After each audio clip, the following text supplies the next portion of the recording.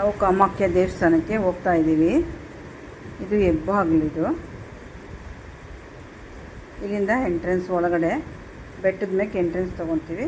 ಇದು ಪಾರ್ಕಿಂಗ್ ಮಾಡೋ ಜಾಗ. ಇದು ಅಲ್ಲಿ ಬೋರ್ಡ್ ಹಾಕಿದ್ರು ಕಾಮಾಖ್ಯ ದೇವಸ್ಥಾನದ್ದು ಏನು ವಿಷಯ ಅಂತೇಳಿ.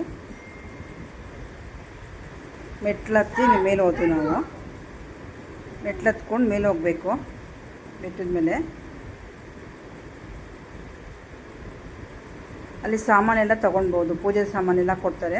ಪೂಜೆ ಸಾಮಾನೆಲ್ಲ ತಗೊಂಡು ಮೇಲೆ ಹೋಗ್ಬೋದು. ಅಲ್ಲಿ ಕಲ್ಯಾಣಿನಲ್ಲಿ ನಾವು ಕೈಕಾಲು ತೊಳ್ಕೊಂಡು ಗಣಪತಿಗೆ ನಮಸ್ಕಾರ ಮಾಡಿ ದೇವಸ್ಥಾನದ ಒಳಗಡೆ ದೇವಸ್ಥಾನನ ಪರಿಕ್ರಮ ಹಾಕಬೇಕಾದ್ರೆ ನಾನು ಮಾಡಿರೋಕ್ಕಂಥ ವಿಡಿಯೋ ಇದು ದೇವಸ್ಥಾನ ಸುತ್ತ ಪರಿಕ್ರಮ ಹಾಕ್ತಾ ಇರೋದು ನಾನು.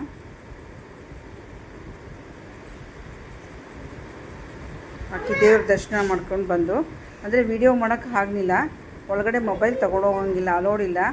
ಇದು ಏನೋ ಒಂಥರ ತುಂಬ ರೋಮಾಂಚನ, ಅಂದರೆ ತುಂಬ ಶಕ್ತಿ ಇರ್ತಕ್ಕಂಥ ದೇವಸ್ಥಾನ ಇದು. ಅದು ಬಾಯಿನಲ್ಲಿ ಹೇಳೋಕ್ಕಾಗಲ್ಲ. ನಮ್ಮ ಮನಸ್ಸಲ್ಲಿ ಎಷ್ಟು ತುಂಬಿ ಬರುತ್ತೆ ಅದು ಭಕ್ತಿ ಅಂತ. ಅಂದರೆ ತುಂಬ ಪಿರ್ಚಿಲಲ್ಲಿ ಇರ್ತಕ್ಕಂಥ ದೇವಸ್ಥಾನ ಇದು.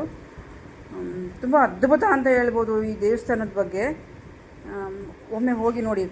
ನಾವು ಪೂಜೆ ಮುಗಿಸ್ಬಿಟ್ಟು ಆಚೆ ಕಡೆ ಬಂದು ದೀಪ ಎಲ್ಲ ಹಚ್ಚಿ, ಆಚೆ ಕಡೆ ದೀಪ ಹಚ್ಚಿ ಉದ್ಗಡ್ಡಿ ಎಲ್ಲ ಬೆಳಗ್ಗೆ ಎಲ್ಲ ಇದು ಮಾಡೋದು ನಾವು.